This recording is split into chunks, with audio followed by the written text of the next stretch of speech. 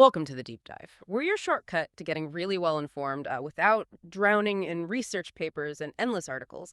Today, we're tackling a topic that, often gets positive headlines: female leadership. But as we're about to find out, there's often a much tougher story hidden just beneath the surface, right there in the data. So, our mission today: let's unpack some, frankly, surprising insights and confront what the numbers really tell us about the reality for female executives right now.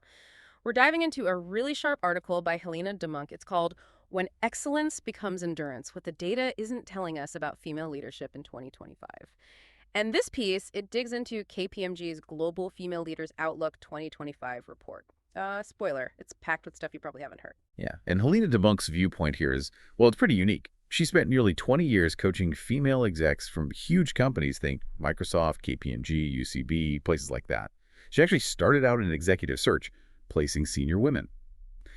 But she shifted entirely to transformation coaching. Why? Because she saw this pattern again and again. Brilliant women just burning out, trying to prove themselves in systems that honestly weren't set up for them to just thrive naturally. Her whole message boils down to this, and it really comes through in the article. Women don't need to prove their worth. They need to remember it. Okay, so let's unpack this article then. It kicks off by acknowledging what seems like, a really positive headline from that KPMG report. 90% of female execs expect their companies to grow. They're investing in AI, boosting cyber resilience, leading with agility. Sounds great, right? Like real progress. It does, on the surface. But Helena immediately flags this darker, sort of hidden narrative underneath all that optimism. She basically argues that female leaders are being put in a position where they have to redefine what success even means. And not necessarily in a good way. Right. And this is where it gets really interesting. Helena zooms in on this one data point. It's kind of buried on page 19 of the KPMG report. She says it completely reframes everything. What she found was this, well, deeply troubling shift in what female leaders themselves say drives success now. Hard work jumped, get this, 77% as a success factor, and personal ambition up 58%. Wow.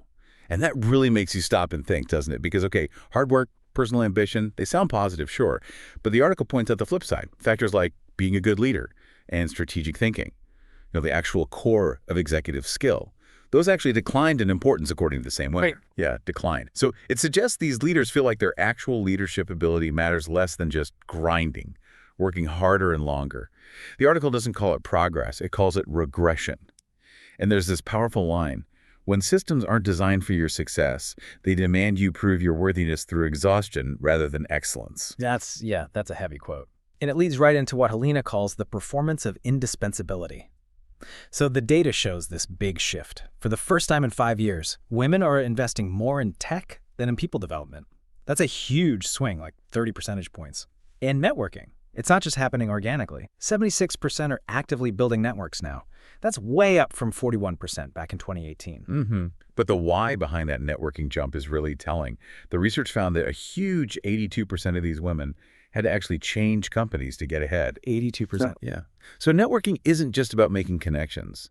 For a lot of them, it sounds like it's about building escape routes, strategic alliances for, well, survival almost, having an exit plan. And maybe the most telling part: while they're confident about their company's future, only 58% think D&I efforts will actually increase.